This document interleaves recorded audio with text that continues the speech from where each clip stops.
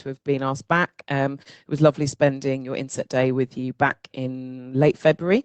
And when we met then, we talked about vocabulary mastery and how we can create that sense of belonging and mattering in our classrooms for every child through our vocabulary mastery. And today we're going to think about questioning as a tool to make sure that every child is supported and expected to think hard to make those excellent learning gains and ultimately to show that they really do belong in our classrooms. A little bit about sort of the evidence basis, much as when we talked about earlier in the year around vocabulary, like to keep going back to the EEF's 5 a day for pupils with SEND, really beneficial for those pupils with additional needs or different starting points, but beneficial to all children. And our questioning, underpins so many of these strands, whether it's the way we check for understanding during explicit instruction, the way we use questioning to encourage children to retrieve prior learning as part of strand 2 in the cognitive and metacognitive strategies, or the ways we use questioning to help children to talk to each other and create that verbal scaffolding. So it's thoroughly rooted, today's session, in the ES 5 a day. So we're going to start with a little think, pair, share. And so first of all, in your halls, your classrooms, wherever you are, hopefully you now have a partner. If you don't, now just point at your partner. And can you just quickly decide who's person A and who is person B? I'll give you 10 seconds.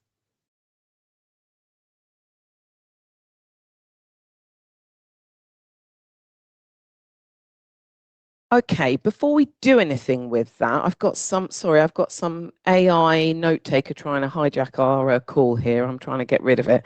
Right, here we go. So before we move into any paired talk, you have got now 30 seconds on your own. In fact, I've done some really bad front loading of expectations there because I've really described the task, and you can tell this is where I'm feeling not so at ease in this online model. Right.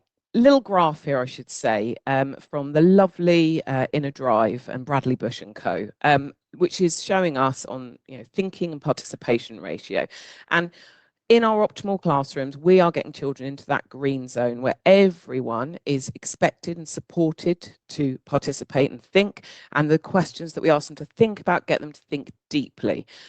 We know that desirable difficulty is where children, learn at the most optimal rate.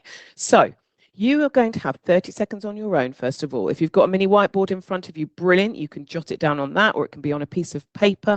But I want you to spend 30 seconds thinking about the strategies we use in our classrooms that get children into that green maximal zone.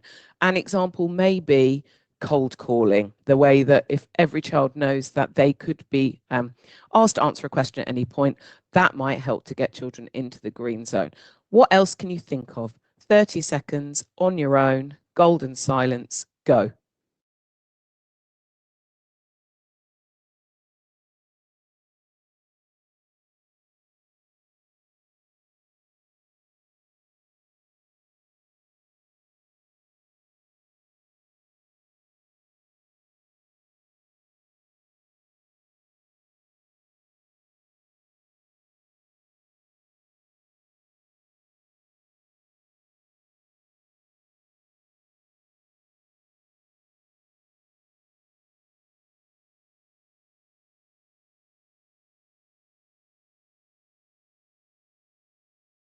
Okay, I'm going to stop that think phase. So you've got person A. Could you just wave your hand if you are person A? Wonderful to see of hands I can see waving at me right now. Person B, AI is still trying to hijack this conversation. Person B, wave your hand. Okay, could person A tell person B the strategies on their list? Person A, tell person B, go.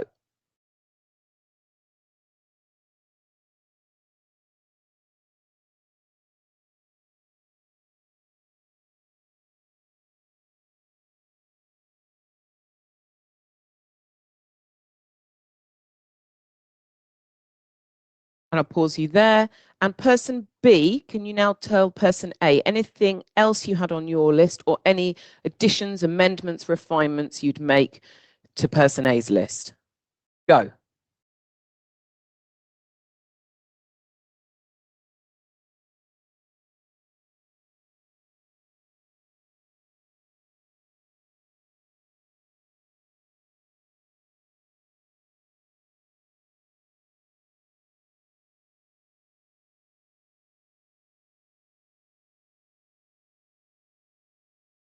Okay, it's really disconcerting not being able to see any of you. I am now going to hand over to the CP lead, D lead in each room. Can you now take a moment to cold call and elicit some of the ideas that have been shared? I'll give you a couple of minutes to do that.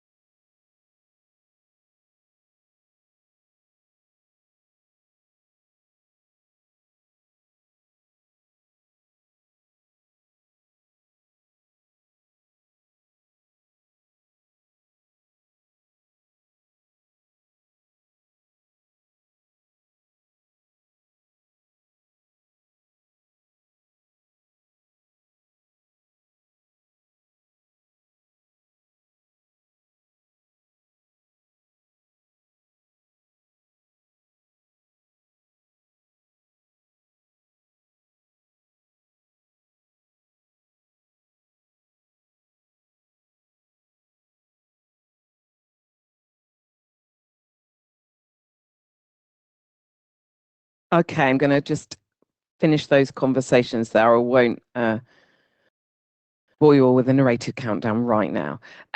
Just a couple more things. I'm going to somewhat unapologetically revisit a number of strategies that we did visit when we did our little Stone Age history lesson, those of us who were part of the trust back in February. We're going to revisit it for a really good reason, and I love a Peps McRae visual. Obviously, at its worst, CPD has no change on practice. It doesn't influence your thinking or your practice in any way. The next level, it might change knowledge. So we might, let's say last time when we looked at vocabulary knowledge, have thought about why it was so important to explicitly teach vocabulary. At the next level in on that diagram, it might have changed our practice to a certain extent. We might have included a little bit of choral response. We might have, selected that keyword, broken it down into the morphemes. We may have done that. We may have done that for a few lessons. But fundamentally, CPD doesn't land unless it changes habits, and it changes what we do day in, day out to make that difference to 100% of pupils all the time. And it's those little 1% tweaks that we're making. So we're going to revisit them, and hopefully, even if they're things that you do and you do well, there'll still be a tweak to take away that could optimize that practice even further. And I really like this quotation. I'm just going to give you a moment to read it.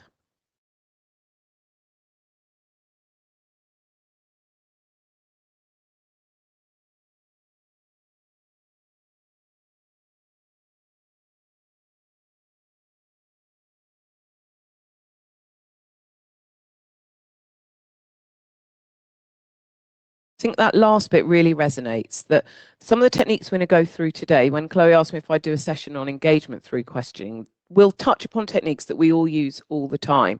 And they are basic, but they're basic because they're fundamental. They are things that just underpin how many children are thinking in our room and are supported to think all the time. And we can always tweak them. I picked up a GCSE sociology class, and if you remember, I'm a French teacher by trade, partway through last year. And the way in which I do think pair share now compared to when I had my last exam class a couple of years previously in French had come on, because I've been so fortunate to get out amongst so many classrooms. It's made me think about my practice even more deeply and refine. So, that's why teaching is, and I don't mean this in a cheesy way at all, I genuinely think it's just a wonderful profession, because we can constantly tweak and refine and make those incremental differences. And I do want to sort of take the tennis player analogy, whereby you're not going to get a tennis player who says, I've done backhand, it's done, I'm finished, that's it. They're going to constantly just work on tiny refinements that will make the difference. And I want us to think about our practice in that way. What are the little takeaways from today that will just help us to help more children to think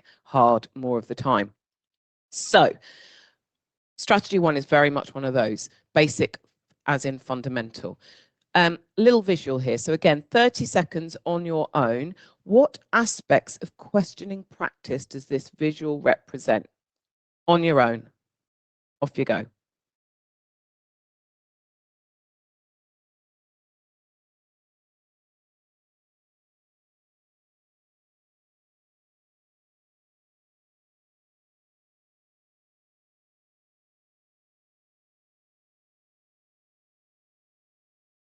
Okay.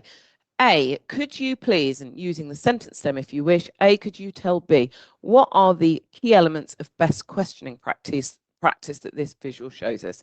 A's to B, off you go.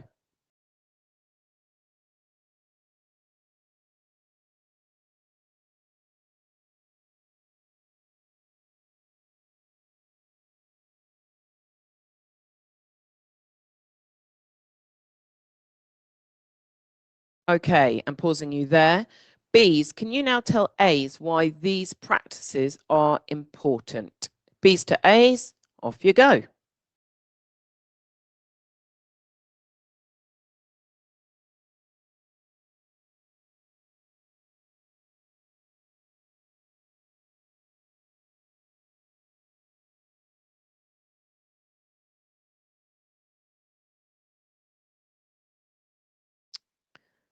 Okay, and wrapping up those conversations. So we've got a lovely visual here, again, another inner drive one I've stolen, representing cold calling done in different ways. We've got the idea of name placement, that if we put the name at the end of the question rather than the beginning, we help more children to stay focused and thinking for more of the time. I know that is something that I still have to really focus my mind to do when I'm teaching. It seems so natural to prime a child for a question and then ask it, but then other 29 in the room have just been let off potentially. We've then got the wait time that we lead. Rather than just having the fastest thinkers first, we are supporting all children to engage with that question. So cold calling is absolutely at the basis, the fundamental basis of how we engage through our questioning. I do prefer to call it warm calling, because I do think that, okay, it's called cold calling. It's been coined that by Lemov, and it helps us all to understand what we're talking about.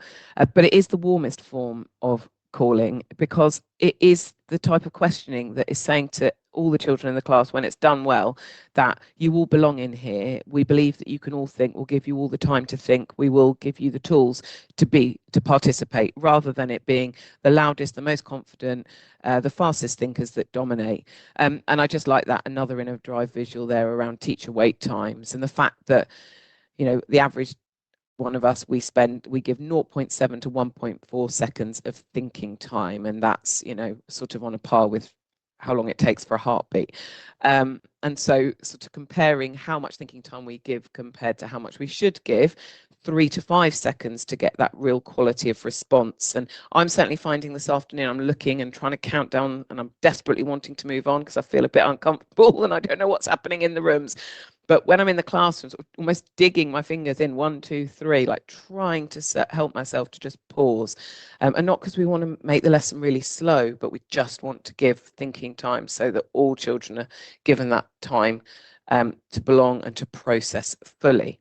Okay, so we've got cold calling as our first strategy, and we want to do it well with our name placement, with our thinking time. I want us now to think about making cold calling even warmer. And as you probably can tell, I'm a massive advocate of think, pair, share. Turn and talk, I see used in lots of schools. That's the pair bit, isn't it? But let's think about the refinements we could make to each stage of this to help all children to be engaged through our questioning. So again, you're going to do a minute's thinking time on your own in a moment. But what could you add into that think stage to really maximize the thinking time? Is it giving children those 30 seconds to do the brain dump? Is it a great visual that will help prompt their thinking? What can you do in the pair? And we've had A and B roles today so that people are supported to think hard. What can we do in the share stage? So you've got 1 minute now to think about little refinements that can be made to the think, pair and share to make that cold calling even warmer. 1 minute on your own. Off you go.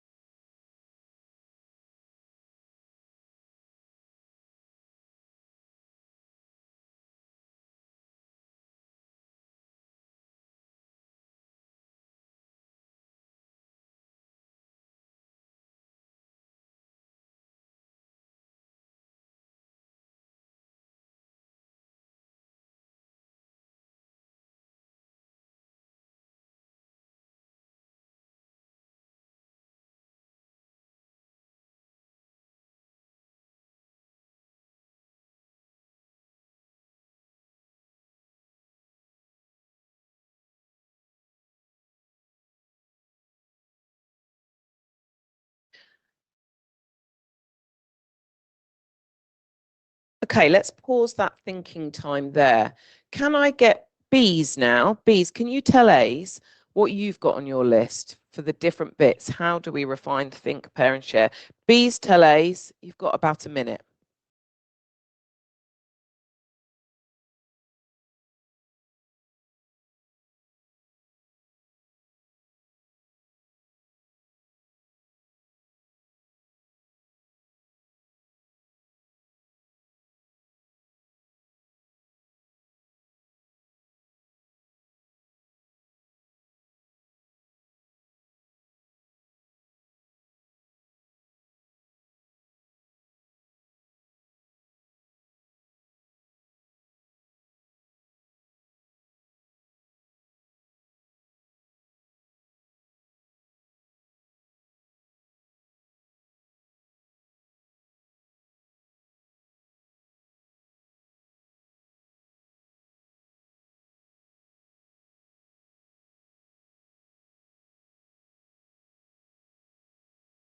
Okay, and if I can pause you there.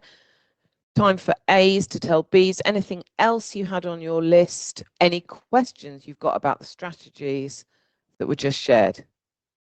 A's, B's. Off you go.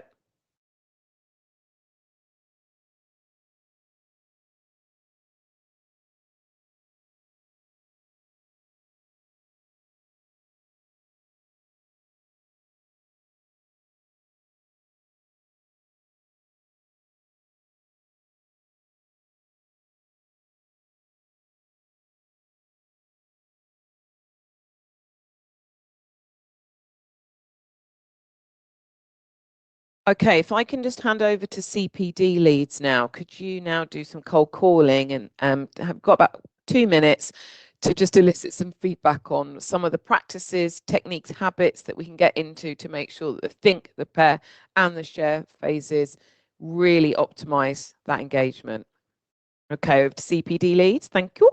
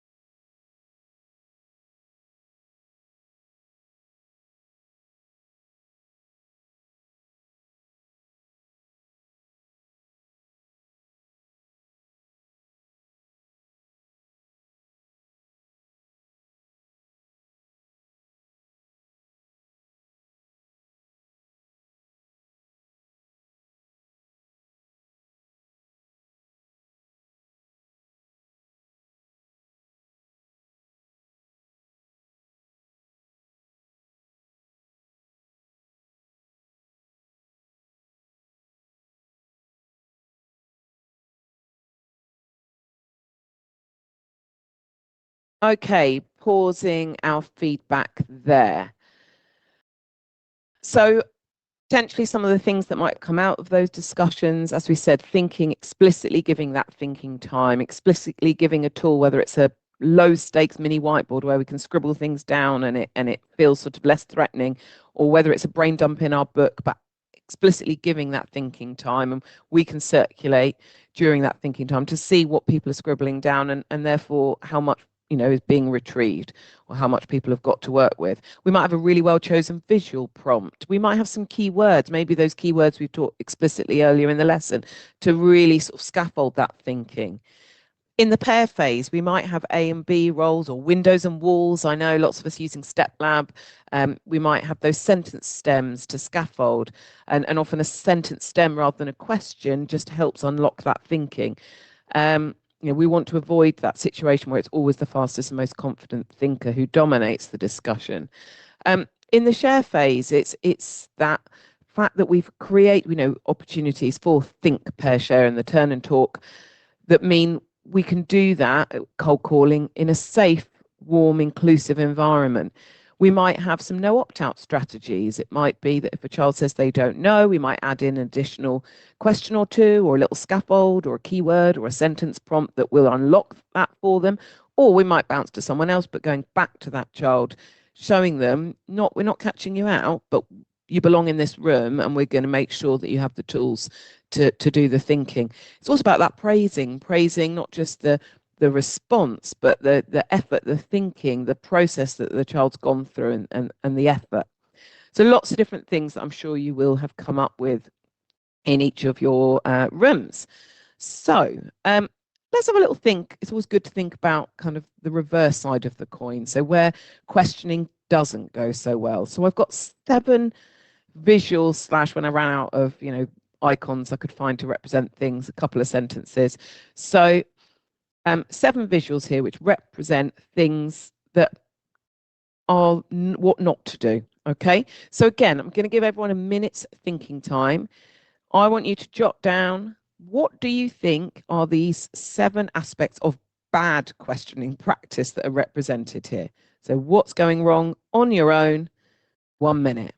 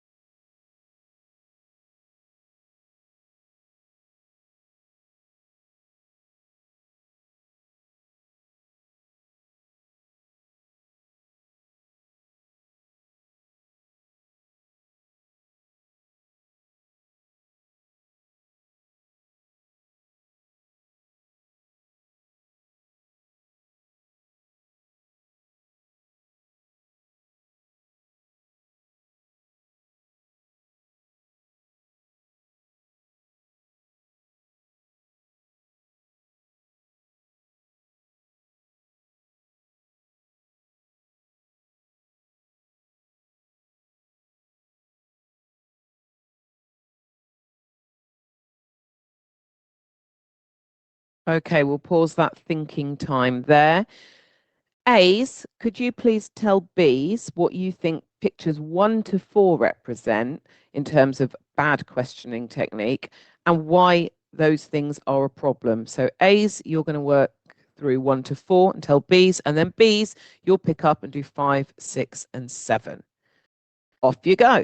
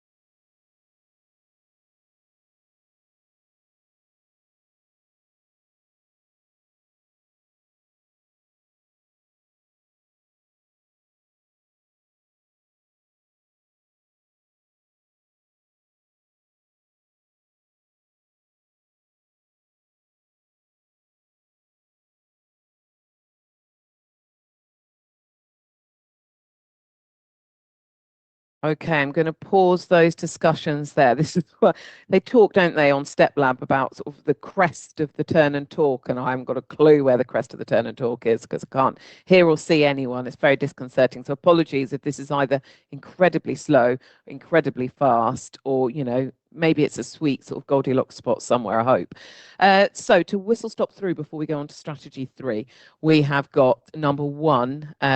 That is fishing for the right answer. How many of us have done that? I know I have. I'm going to go over to that student because they're going to give me the answer I need. And phew, I can move on with my lesson.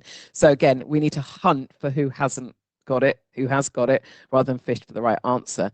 Number 2, we know the issues with not giving enough thinking time.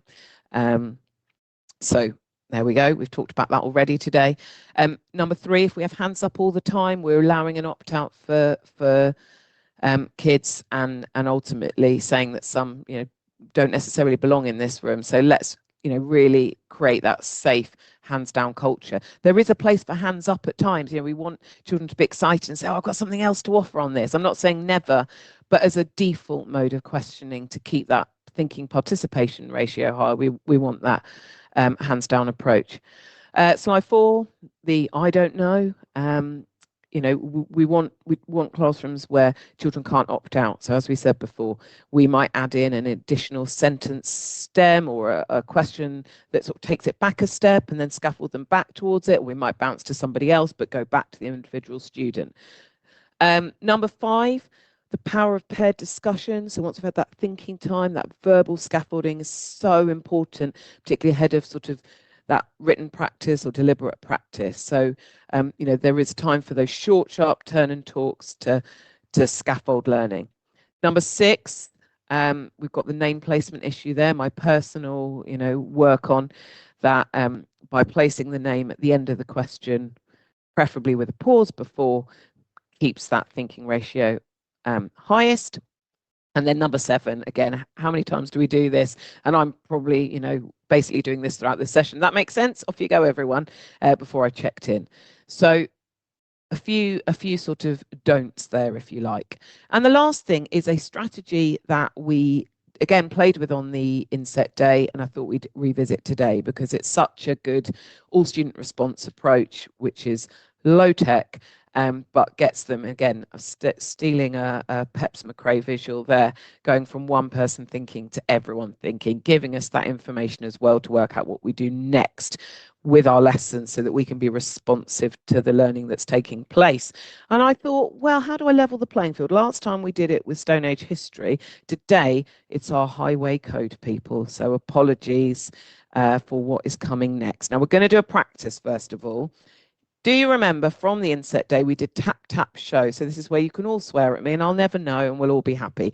So you have your sort of hands together. Is it like the hot potato thing? And you go 1, 2, 3, and I'll go tap, tap, show. And you're going to show me 1, 2. See, I'm not swearing at you all, or 3 fingers based on whether you think it's answer 1, 2, or 3. Now you train the kids to do this and you train them to have their hands right in front of their body here. So, it doesn't matter what answer anyone else is putting, it's just about them, but you can quickly scan the room with your hinge question to see who's got something, a particular concept, a particular technique, or a particular example, etc., etc. So let's practice. So we go tap, tap, and then it's 1, 2, or 3. The highway code is for... And CBD leads, anyone who's not joining in at this point, you need to be giving them that non-verbal signal to remind them. Yep. And anyone swearing at you, you choose how you wish to respond. Okay. The highway code is for tap, tap, show.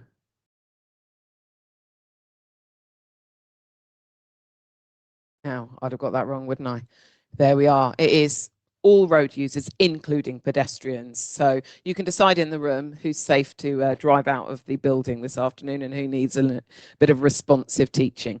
Okay, let's do a few more practices of that. So let me give you a moment to read that question to yourselves.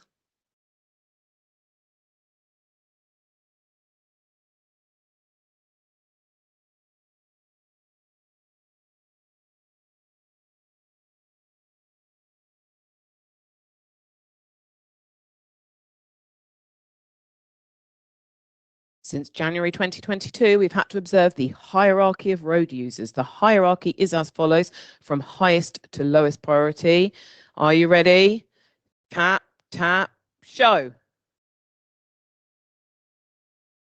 It is. They are number 2. And actually, I brought back my visual to represent that further. So here you are, you can see the hierarchy. So pedestrians right at the top there, down to, frankly, sorry, buses and HGVs. You're very low in the pecking order. Okay. Question 2, they're going to get trickier as well, by the way. Now, obviously, if I could actually see any of you, I might do some responsive teaching here. We're just going to skip that bit. That's another session with Chloe. Okay, here we go. Ooh, cyclists are allowed to overtake on the left, the right, or both. Give you a moment's thinking time.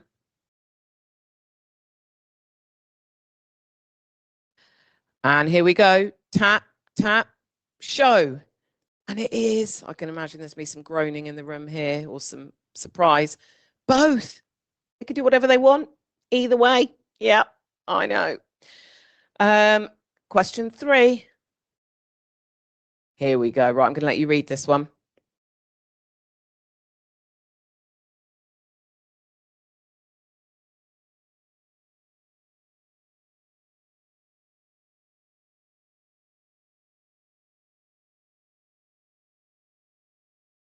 So you are going from the major to the minor residential road. The pedestrian is about to walk across the road. They aren't already doing it.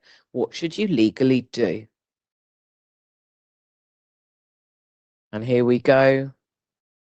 Tap, tap, show. It is. Yeah, there you go. You should legally let them cross. I know, since preparing this session, I have been showing greater courtesy to road pedestrians, I have to say. Not quite realising this was my legal responsibility. Maybe I shouldn't be announcing this on a large team school. Anyway, here we go. So a little bit of tap tap show, but a great way, if you don't have many whiteboards, you can't do that, but it's actually quite quicker to do this. Quick hinge question, another just strategy to get everyone thinking and to enable some responsive teaching. So I'm going to hand back to you now for 5 minutes and before Chloe will finish off this call. We've talked about cold, i.e. very, very warm calling and particular approaches. We've talked about scaffolded think, pair and share and some of the strategies we can use within that. And we just had a play at tap, tap, show. So in your department groups, have a think about one or a combination of strategies you really want to work on. Remember, make it habitual and to kick off that process, what could you use within a lesson tomorrow? You have got 5 minutes until Chloe comes back on then.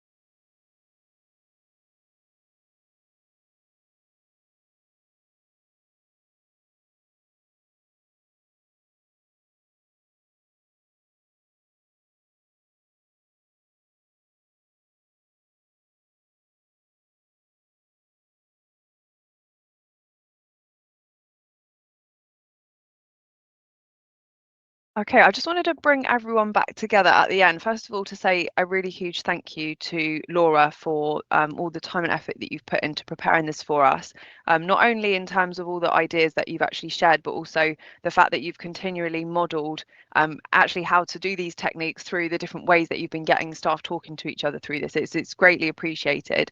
We're really looking forward to seeing some great practice to develop students' engagement through questioning as we move throughout the rest of this year. So in terms of what you can be doing next, try out one or more, okay, of the strategies from today's session in your lesson. So it might be tomorrow you can try tap tap show, for example, if you've not used that before. In your next department meeting, we would like you to take the opportunity to share your best practice as well. So how have you been using the technique so far in your year 7 lessons, for example? How does that compare to how a colleague has been using them in your year 8 lessons? Because we'd be really interested to see these examples of how we can adapt these within our own department areas. Myself and the CPD leads will also be doing some learning walks in the schools over the next term with an engagement through question and focus. So we're going to be looking out specifically to see these techniques and similar techniques to this too.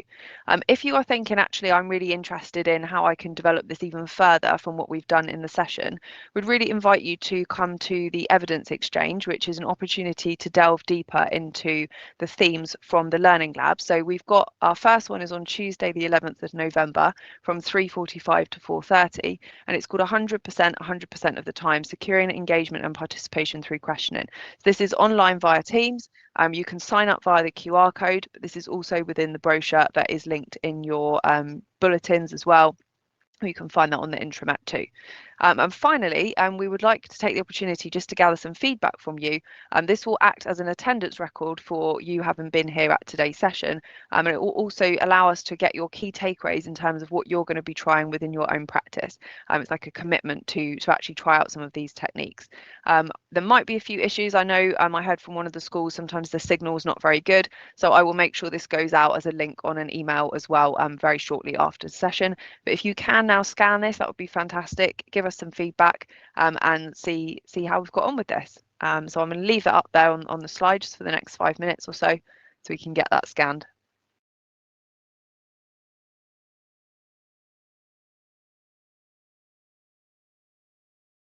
And thank you very much to all the CPD leads as well for facilitating this at a local level.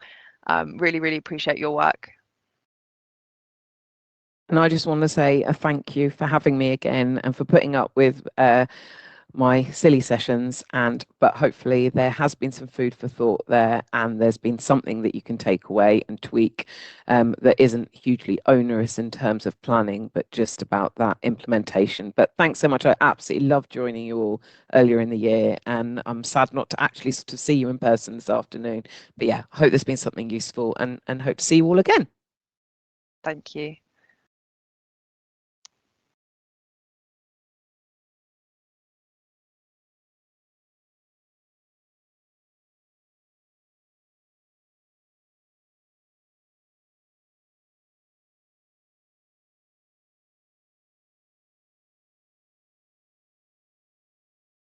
Once you've completed the evaluation, please feel free, unless your CPD lead has got anything really important to say to you, please feel free to get on with the rest of your evening. I hope you have a really nice one and hopefully see lots of you soon.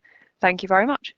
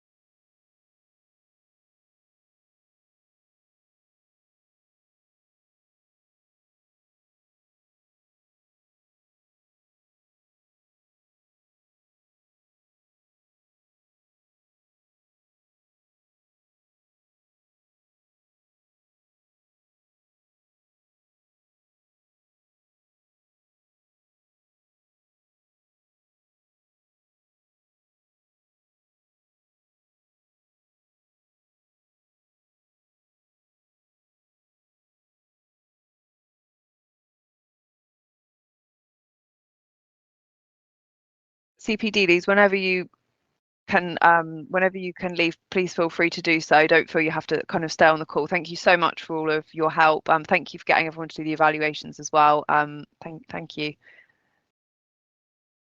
Thanks for the feedback in the chat as well.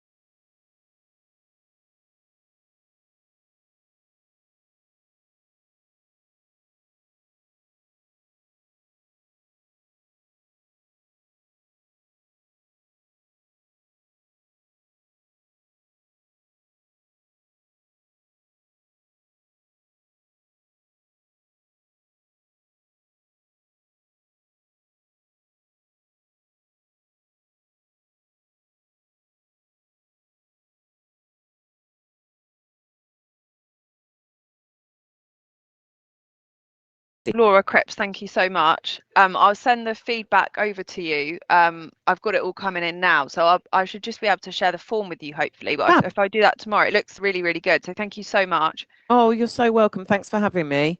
No, I will you. log off now and head in next door into a meeting. But maybe I'll give you a ring on my way home. Yeah, that'd be great. Okay, take care. Thank you so much. Thanks. Thanks everyone. Bye. Bye. Thank you, Laura Billingham, as well. Bye.